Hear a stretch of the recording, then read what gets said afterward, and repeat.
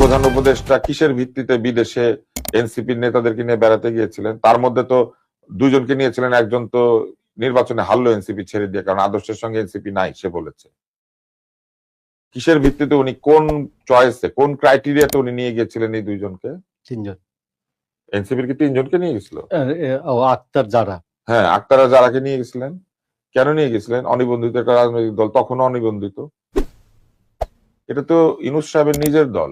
আমি তো মনে করি ওনার আগামীকাল এনসিপির সভাপতি হওয়া উচিত।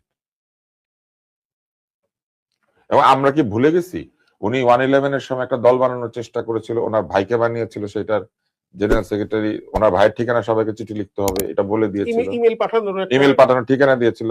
ওনার ভাই আমার খুব প্রিয়, ওনার সঙ্গে আমার অনেক ভালো সম্পর্ক ছিল।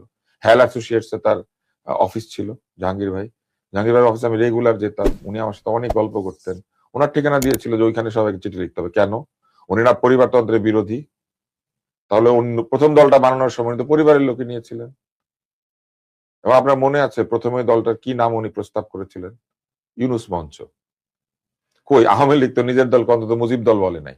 উনি জীবনে প্রথম রাজনীতি করতে এসে উনি ওনার নিজের নামে দল করার চেষ্টা করেছিলেন, ইউনূস মঞ্চ। ভাই, বাংলাদেশের মানুষের গোল্ডফিশ মেমোরি হইতে পারে, কিন্তু সব মানুষ গোল্ডফিশ না।